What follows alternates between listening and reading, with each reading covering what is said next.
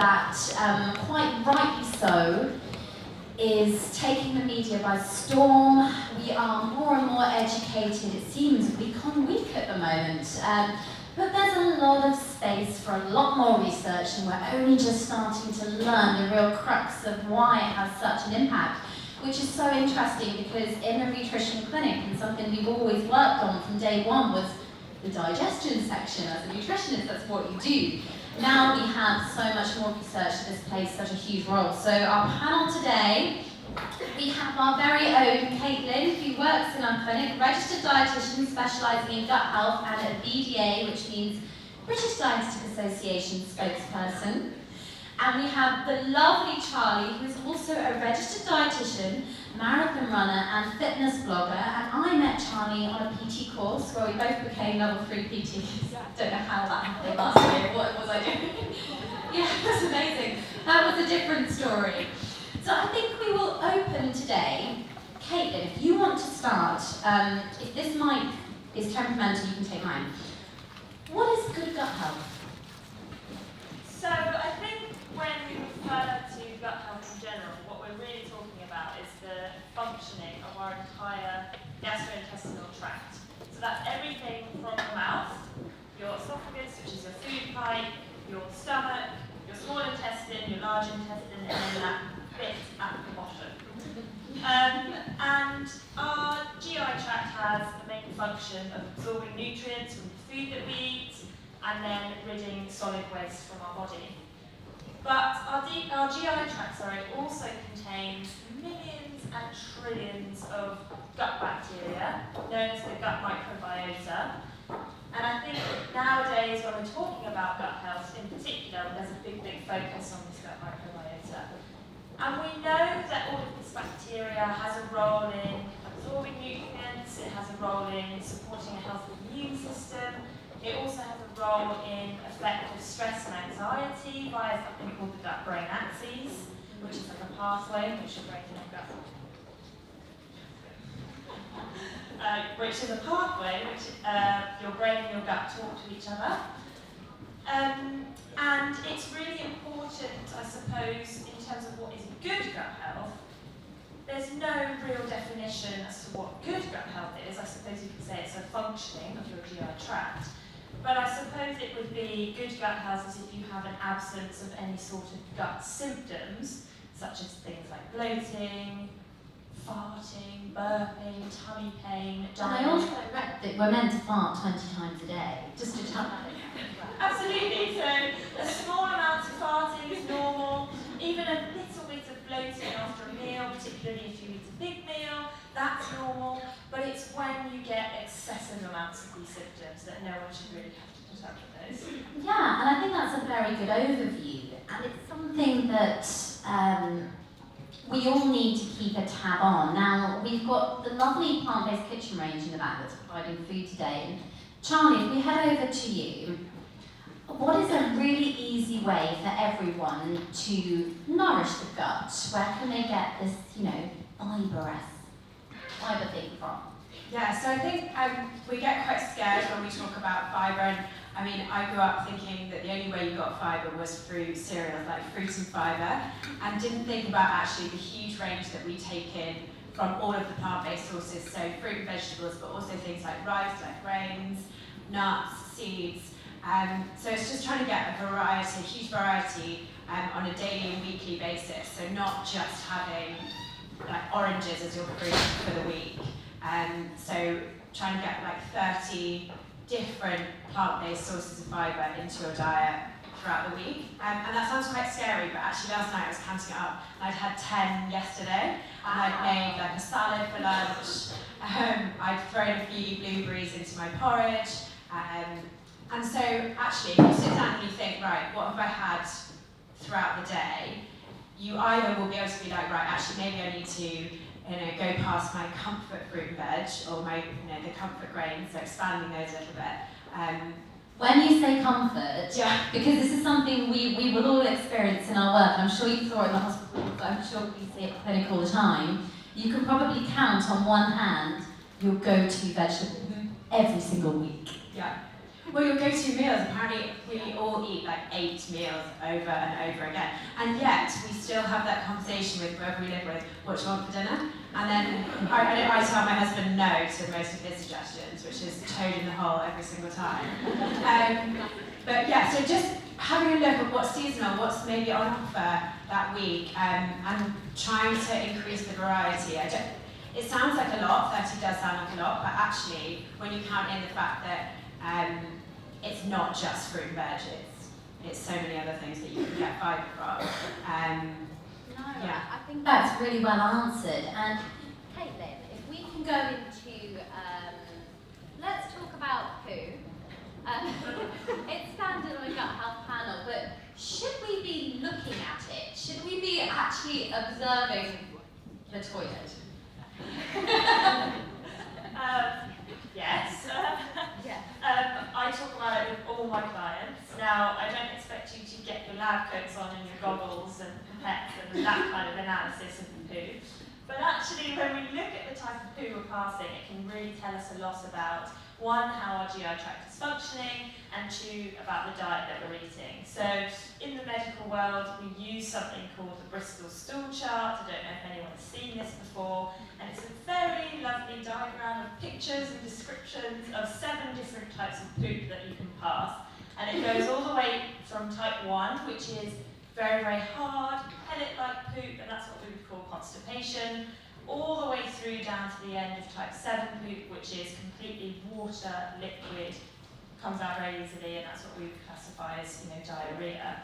So by having a look at the type of poop you're passing, especially if you're seeking additional advice from a healthcare professional or even your doctor, by having that information ready to share with them, and don't worry because they literally talk about it all day, every day, it can actually be a really useful tool for them. Is there a particular place on this chart that people can go and have a look and think, oh, I want to be number 3 today, or number 4? So ideally we want to be aiming for somewhere in the middle. So a type 4, type 3, type 5, it's soft, easy to pass, comes out mostly in one piece, no straining. But as well, if you see anything like blood in your stool, if you see mucus, if you see a change in bowel habit that's abnormal to your normal type of food, then really do go seek additional advice from your GP or a doctor. I mean, I know it's something you do in clinic all the time, Kaitlin, and Charlie, when you were working in the hospitals and now, how important do you think stress can be on our gut? Oh, massively. We were just talking about how before like a race or an event, we both need to go to the loo a lot. And have you ever had that before an interview where you're like, oh my gosh, I'm suddenly desperate? Like, you probably don't need to go and see your doctor if that sort of thing's happening. But as we talked about, the gut-brain axis is so tied that when we feel nervous or anxious, our bowel habits can change. And so if you're getting this urgency to go, think about what's the stress that's happened, what are you nervous about, what are you anxious about, and try and do yoga, do some mindfulness. There's actually been studies that have seen a reduction in IBS symptoms through yoga and mindfulness, similarly to dietary changes. So it's like there are clinical studies that should prove that you can help control your own digestive system, your own bowels, by kind of getting on top of your stress and your own, the nervous and anxiety. Well, that's great, because at the end of today, you're all going to get a free meditation session, which is quite exciting. And I know, Kaitlin, you will experience this a lot when we talk about IBS. I'm sure you see so many clients, and maybe it's not the food they're eating, it's perhaps more stress. Absolutely. So our gut is really, really special in that it can function entirely independently of our brain. I'm not going to bog you down too much science, but that's via something called one of our nervous systems, the enteric nervous system. So that's why they call our gut almost our second brain. And when we feel particularly stressed or anxious, then our sympathetic nervous system, which is our fight or flight nervous system, goes into hyperspeed, and our parasympathetic nervous system, which is our rest and digest nervous system, slows down. So all of our blood flow will go to our muscles when we're stressed, because our brain is telling our body that we are stressed. and so you have no blood flow or less blood flow to your digestive system. So as soon as you then relax, obviously that blood flow then goes back to your digestive system. And so that's why when people are particularly stressed, you may either find it difficult to poo, because you don't have that blood flow going to your digestive system, or we do see it the other way, and actually if people are particularly stressed, you suffer more from diarrhea or looser bowel habits, and that's because the gut does something very different, where it then draws water into your bowel, and it can also make your gut hypersensitive to the foods that you're eating. So the gut-brain axis is a very complex pathway, but they are very, very closely linked, and they're always talking to each other. It's so important to identify that, because we've all been in those scenarios, I think, where we've experienced different movements down there depending on how we're feeling. And Charlie, I really wanted you on this panel as well, because obviously you're a runner, and I think one of the most common industries where people have problems with their gut health, which people don't realise, is fitness, and especially runners. Yeah, I get so many messages asking about the runner's trots. And it's a difficult one because there's not always one answer to someone's problems. Everybody's microbiome in their gut is different, so there's not all the advice will work for everybody. But something that I talk to a lot of people about is about how they're fueling, like the days before and the day of their run. And then also energy gels, sports drinks, some of them have quite a lot of artificial sweeteners in, which don't always react well with the gut. And then again, there's pre-race nerves. And then, as we were talking about, the fact that the blood doesn't always go to your stomach, so sometimes you can feel like you can't go to the loo, either like before a race or after it, or you need to go immediately during the race. What is so fascinating, this is a total different thing I can go into later, but I was in an antenatal class the other week, and we were discussing the impact of adrenaline on muscle function. And you've got to remember your gut is also equally like it's a muscle, and it won't function well the more stressed you are. And I think, Kaitlin, if you could go into the mechanism there, and then also perhaps looking at why is it that so many people are talking about fermented foods, all those sorts of things. Yeah, so just to touch on what Charlie was saying about the exercise side of things, and she mentioned that the reason that you see people who, especially in endurance sports, experience tummy issues, gut issues, is because of that that sympathetic nervous system gearing up, the blood flow goes to your muscles, and I think it's something like the blood flow to your GI tract decreases by 20% after just 10 minutes of exercise. Now, when you get up to 1 hour of exercise, that blood flow has decreased by 80%. So you can see how, the body is just adapting to what you're doing. It's giving your body blood flow to where it needs to be. But you can see how, especially in endurance sports, when you're doing anything over about 2 hours, which is when I think you need to start to refuel, you can see how, if you've got hardly any blood flow to your gut and you try and eat something, you can see why you would start malabsorbing that food and then, getting runner's trots or whatever. So I know that even if you're getting into endurance sports or starting something new, you always have to start training your gut to eating foods whilst you're exercising. Yeah. I mean, Charlie, how would you fuel typically to support your gut health with a big run or a big day?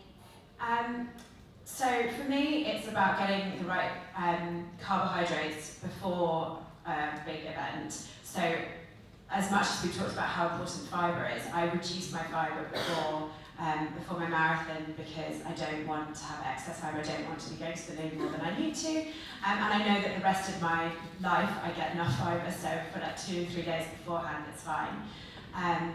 Making sure I've got enough carbohydrates, that I'm taking enough fuel each hour that I'm racing. So the gut can actually only absorb about 30 grams of carbohydrate from a single source per hour. So making sure I've got a mixture of carbohydrate sources so that I can absorb more, which is up to 60 grams now if you combine the two. So energy gels that you're buying off the shelf will have that perfect combination to help you absorb it. Also making sure I'm drinking enough water, that I'm hydrated enough, but not over drinking and over consuming electrolytes, which I think a lot of us have been sort of programmed by sports companies to think that we need to be having, a Lucozade every hour on the hour during a race. And then making sure I refuel afterwards so that my body, my muscles and my gut have enough carbohydrates and protein post-race to help recover. And also just knowing that actually, after a marathon, my gut is in all sorts of pain. I've been outside at a bar Waterloo, being banging on the door, being get out. And I'm right, well, I've put my body through 4 hours of real stress. What else do I expect? It's not going to be functioning in the same way that it normally is. I've put it under a huge amount of stress. I've taken in a lot more carbohydrate than I would normally do in the last 4 hours. So just being then kind to it afterwards, making sure that I'm eating not too fatty foods afterwards.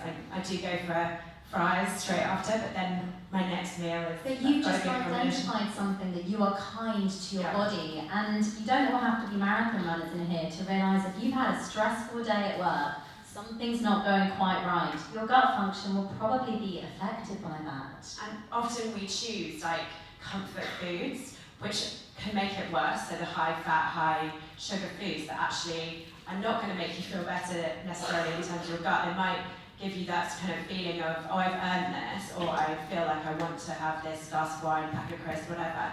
But that often isn't actually the best thing to do to make you feel better. No, and there's a lot of talk about fermented foods now and gut-friendly foods, and I think in all your goodie bags actually you've got some Good Belly cereal, which is quite exciting.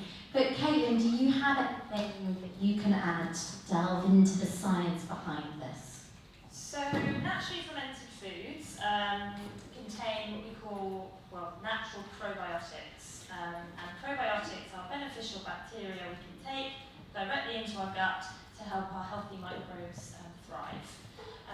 So you get the naturally fermented foods like kombucha, kefir, sauerkraut, kimchi, and there isn't yet big clinical trials to say yes, we should definitely be consuming these foods, but we have a lot of anecdotal evidence, as in people have said that they work and that they make their gut symptoms reduce and they make themselves feel better. So absolutely, if you've never tried these foods, give them a go, because there's certainly no harm in taking them, and if anything, they're just going to do your gut good. But if you really can't stand the taste of kimchi or sauerkraut, I won't say start including it in your lunch every day and making yourself feel awful. No, and I think it's just important to top up the overall diet. What about for people out there? So we know 1 in 5 cases in the UK, there's now 1 in 5 IBS cases being presented. Do you think if we changed our modern diets, that figure would reduce perhaps? The picture with IBS, so irritable bowel syndrome, first of all, IBS is, as I'm sure most of you do already know, but for those who don't, IBS is a condition in which everything else has been ruled out, so you might have abdominal symptoms like pain, bloating, loose bowel motion, sometimes constipation, and sometimes a mix of both.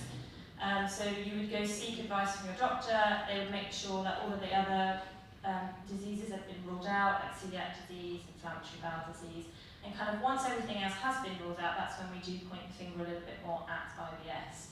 Now, yes, diet can play a huge part or a big part in IBS-like symptoms, but equally as important, if not more so, is all of the lifestyle factors which can affect your IBS-like symptoms. So we were obviously talking about the strong connection between that gut-brain axis. So you really need to address things like stress in your life, anxiety, how well you're sleeping at night, exercise, and then main sort of dietary factors like, is your diet particularly high fat? Are you drinking a lot of alcohol? Do you love eating lots of spicy foods? And I think, Charlie, and lots of people, there's a lot of products out there that we all witness, we all see it. I get asked nearly every single week, oh, this person I saw online is taking collagen supplements. Is that going to heal my gut? What about bone broth? What are your thoughts? I think if anyone's trying to sell you something, take their advice with a pinch of salt. Or look to see whether it's something that they're benefiting from. There's definitely evidence behind some of the supplements, some of the probiotics, in terms of use when you have like a traveller's belly or you're on antibiotics. There's a really good website called US Probiotic Guide, where you can actually find the evidence for your symptoms. So if you've got IBS, you can see which particular strain of bacteria you need to be taking and for how long and the dosage, which I think is really helpful. So if that's something that you are interested in taking probiotics, have a look there first. Again, look at the research on it, look who's funded the research, and whether they're, as a blogger, when we get asked to promote things, if they say, oh, we're not legally allowed to say this helps with this, I'm like, whoa, right, okay, so this is something you're suggesting helps with something, but you're not legally allowed to say it, let's not touch that. So just looking at what they're actually saying it's helpful for, rather than this might improve this. Because we're all unique, aren't we? We all have a unique gut microbiota, and I've recently been poorly, and for the first time in my life had to go back on antibiotics. Which was devastating. I'm just going to talk about devastating being pregnant as well, on top of everything else. And immediately, I'm very fortunate I have the knowledge to go and look and be like, right, I'm going to take these probiotics, I'm going to eat X, Y, Z, do what I can. But Kaitlin, is it something you recommend in your practice with our clients, probiotic use? If you could explain probiotic actually. Yeah, so like I was saying, with fermented food, so you can also get probiotic capsules, and they are capsules which contain millions and trillions of gut-friendly bacteria which you can take and work in the same way by helping our good microbes to thrive. Now, with probiotics for the normal healthy person, there is no evidence to suggest that you need to take a probiotic as long as you're eating a healthy, balanced diet, aiming for your 30 grams of fibre every day, your 30 different types of plant-based foods over the course of the week. Now, if you're suffering from a specific symptom, bloating, diarrhoea, tummy pain, IBS, whatever it might be, then there may be some evidence to say that you could take a particular probiotic. But exactly like Charlie was saying, we use a really useful tool and a website called the US Probiotic Guide. And us as healthcare professionals, we look at, first of all, is there a particular microbe that's been used to help with your particular symptom? If so, how much of that microbe should we be taking or using? How long do you need to take it for? Is there a reliable probiotic on the market that contains that particular microbe? And then, how should you go about taking it? So, if you are thinking about taking one, make sure you do, if you can, speak to someone who's able to help you choose the right one. Because, I've even seen clients in clinic and they said, oh, I've tried loads of probiotics, nothing's worked, don't believe in them, they're rubbish. And it's because they've been taking completely the wrong probiotic for their particular symptom. So, I think really, I could keep asking these questions, but I'm sure you've all got lots of burning questions on gut health yourself. So what I'm going to do is, do we have another roaming mic we can use? Because this seems to be the best one. We'll give this red one a go. Let's go to your questions, because gut health is so diverse, and as you've just heard, it's very, very individual. Any questions on this panel? Hi, I'm Ellie. I'm a nutrition student and I'm really interested in specialising in gut health, but also from a personal perspective, who should you go to if you want expert advice? Because I know so many people who market themselves on Instagram as gut health specialist, gut health expert, but I don't know if they have a degree or what is it exactly that I should be looking for. And then also if I wanted to qualify and specialise, do I need to do a dietetics master's, or how did you get to where you are? Such a good question. Who do you go to for advice? So I am a registered dietitian, so I studied dietetics at uni, qualified, worked in the NHS, and then found myself within a gastro role and took a really big interest to it, and have always just kind of gone down that route from there. So would call myself a gut health specialist just because I have an interest kind of in the area. Now, it's difficult when you're looking for particular healthcare professionals because you do want to make sure that they are either a registered dietitian or either a registered nutritionist, or I suppose, you know, even someone who's had a particular interest in gut health, perhaps done a lot of research in the area of gut health. But yeah, it can be difficult to try to... Well, I would actually add that I would add that I don't call myself a gut health specialist. I'm just a registered nutritionist that has an education in that area. And I think Charlie would agree, as a registered dietitian, it's not your specialist specific area. So if you do want to become a, as we use the word, specialist in that field, I would highly advise doing further training in that area. Or work experience would be the ultimate. And you do see lots of health gurus online saying they're selling you gut-friendly guides, they're selling books with people below, all sorts of things. Doesn't make them qualified to be doing that.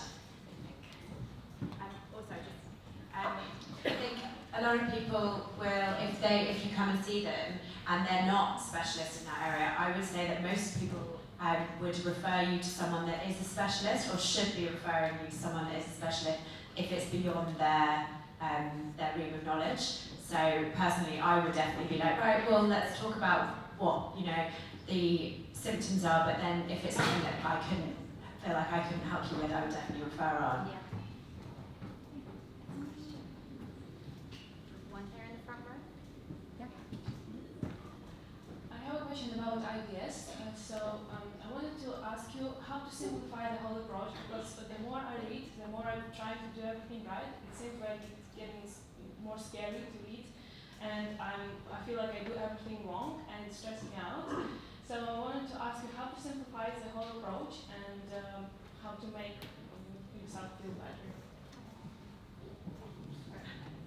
First of all, you're not alone. I have so many people come and say that to me because they're inundated with information. It's really difficult because the more you read, the more obviously stressed and anxious you can get about things, and obviously we talked about that gut-brain axis. So really trying to focus on managing those lifestyle factors like stress, anxiety, making sure you're doing regular exercise. When looking at diet in particular, now this is a very kind of oversimplified thing because obviously everyone is unique and individual, but I think we are quick to jump at the fact that, oh, it must be something in my diet, so I'm going to take it out. When actually that can sometimes do more harm than good. So before you go down the route of eliminating foods and restricting your diet more and more, because remember, our gut bacteria, they love diversity. So the more foods we can eat, the happier our gut bacteria are. So rather than stripping away, try to actually make sure you're aiming for your 30 grams of fibre every day, so that when or if you go down the route of seeking additional support, you can say, okay, I've actually tried to give my gut bacteria everything that they need before then trying to take things away from them. Yeah, good question. One over here at the back. Just going on from that, what do you think of the FODMAP diet. This doesn't work. So Both of these ladies here will have studied this. FODMAP should only be done by registered dietitians, in my opinion, and I'm going to let the registered dietitians take over on that one. I mean, I think you're the expert here, but I would just say, yeah, definitely, if it's something that you're interested in, seek further advice.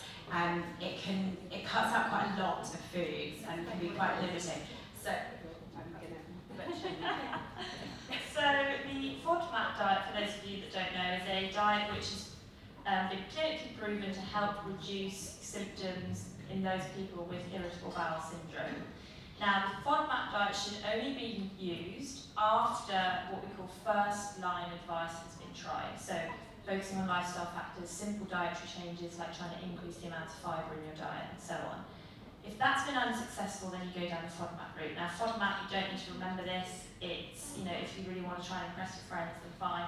But it stands for fermentable oligosaccharides, disaccharides, monosaccharides, and polyols. And all they are different types of carbohydrates and molecules in the food that we eat, which are poorly absorbed and digested in the small intestine. So they pass through to the large intestine, where all of our gut bacteria live. And our gut bacteria ferment these undigested food particles, and what fermentation does is produce a lot of excess gas, which can then lead to all sorts of IBS-like symptoms. So the low FODMAP diet is essentially a diet which is then low in all of these fermentable fibres. You only follow it for a maximum of 6 weeks, because following a strict low FODMAP diet longer than that is actually really detrimental. And you hear a lot of the time that people are often told by their GP without referral. Unfortunately, it does happen all the time, but go and do a FODMAP diet, you'll be fine, or you'll see people on social media advertising that. Like Kaitlin just said, 6 weeks, then reintroduce. Yeah. So then the most important step is the reintroduction, to be able to really identify and pinpoint the culprits that could be triggering the symptoms. We have one over here, lady in the white top. My question is about enemas and coffee enemas. What are your thoughts on that? Do you know, it's so funny you brought up coffee enemas. I remember going on a retreat when I was at university, and it was a bit old school. And the lady there was telling everyone to do these coffee enemas. She's like, would you like to try it, Rhea? I was like, no, thank you. It's this device, for anyone who doesn't know, that you stick up your bum. And you have to sit by your toilet while coffee goes in to your, am I describing this right, to your bottom, in the hope that it will cleanse your lower area. Personally, no evidence. No evidence. Just harming your behind. I wouldn't say, I definitely wouldn't say try this at home. I definitely wouldn't say try this before you've tried anything else. So yeah. This might provoke. Hi, I'm Lily, by the way. This might provoke a lot of conversation. So if we're towards the end, please do stop. But I have obviously heard a lot about all of this, and it did spring to mind a lot about intermittent fasting, because obviously, and not just intermittent, but any type of fasting. I mean, obviously, food is either kind of inflammatory or non-inflammatory to your gut, so to speak, perhaps. And is fasting giving your gut a break, or is it kind of... I mean, we have a whole episode on food for thought with Dr. Rona, who specialises in intermittent fasting, which I would recommend listening to, but it is controversial. Kaitlin? So I think, again, it's not a one-size-fits-all. There is some evidence to suggest that in those with something called small intestinal bacterial overgrowth, or SIBO, that time-restricted feeding, so we're talking about only eating between a window of, say, 12 p.m. and 8 p.m, can potentially be beneficial for your gut bacteria. Small evidence, yes, very small amounts of evidence. In terms of helping with IBS-like symptoms, I don't think the evidence is quite there yet, but again, it would be like an individualised approach. Thank you. Okay. Right, one more. Sorry, go. So I often run for 2 hours plus on training for half marathon. Yeah. Thank you. I don't generally eat before or during at the moment. Okay. Blood flow is restricted obviously during a run. How would you suggest leaving it after you've finished running to then introduce food to it? So I personally would eat during, before and during a run that's up to 2 hours. I start fueling after an hour, and actually when I'm doing a longer race, I start fueling even earlier than that because of this blood restriction, that your body won't be able to utilise everything you're consuming. So I have a kind of start early and continue approach to it. In terms of when you finish, a lot of people don't feel very well sometimes after they've run or don't feel hungry. So having a drink with some calories, so something like, I have a milky coffee, some people don't like that, having some orange juice with some water or something that's got some carbohydrates in it, and then trying to have something with some protein, ideally within half an hour, but actually as long as you have it within that day, it can help your muscles recover. It's definitely an individualised approach, and I would suggest practicing or trying with some fuel on the run before your half marathon race. even if you have a sports drink, studies have shown that if you actually just swill it around your mouth and spit it out, if you can't stomach anything, it still sends a message to the brain that says that you've had carbohydrates, so it still thinks it's got more fuel than you actually do. So if that's something if you're struggling to consume anything on the run, even trying something like that, or some sweets. I did my first marathon with just Haribo. So it doesn't have to be expensive gels or terrifying liquids that you're consuming. Yeah, there we go. But yeah, I would, especially because probably on race day, it might be that if you're training in the morning, you might be running much later, so a lot of races start at 10 a.m. So that means you're probably not having anything until like at least 12, which is quite a long time to run a half marathon and not consumed any calories. Gosh, yeah. Right, before we wrap up the panel and we just break for lunch, can I just get the team nutrition to stand up? So everybody wearing black and the other clinicians in the room, Sophie, Faye, Talia, Caitlin's obviously here, Sophie's over there, Faye's over there. I don't think Talia's here yet, but yes she is, she's over there. If you have any questions at all, sorry to put you girls on the spot, but we have our experts in the room as well. I don't know how long everyone's hanging around for here, but a big, big thank you. So go and see them in the lunch break. Big thank you to Charlie and to Kaitlin, and enjoy your lunch.